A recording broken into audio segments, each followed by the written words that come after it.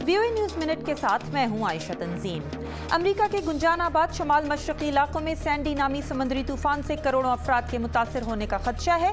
पीर को वाशिंगटन में वफाकी हुकूमत के ज्यादातर दफातर, तालीमी इदारे और पब्लिक ट्रांसपोर्टेशन सिस्टम बंद रहे, जबकि न्यूयॉर्क में स्टॉक मार्केट्स भी बंद रहीं। तूफान का जोर सबसे ज्यादा पीर और मंगल को रहेगा।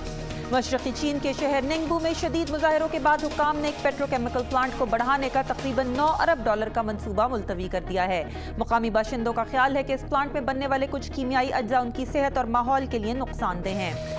यूक्रेन के इंतखाबात में सदर विक्टर यानुकोविच की पार्टी ने एग्जिट पोल्स की बुनियाद पर जीत का ऐलान कर दिया है, लेकिन सरकारी नताइज आने में अभी वक्त लगेगा।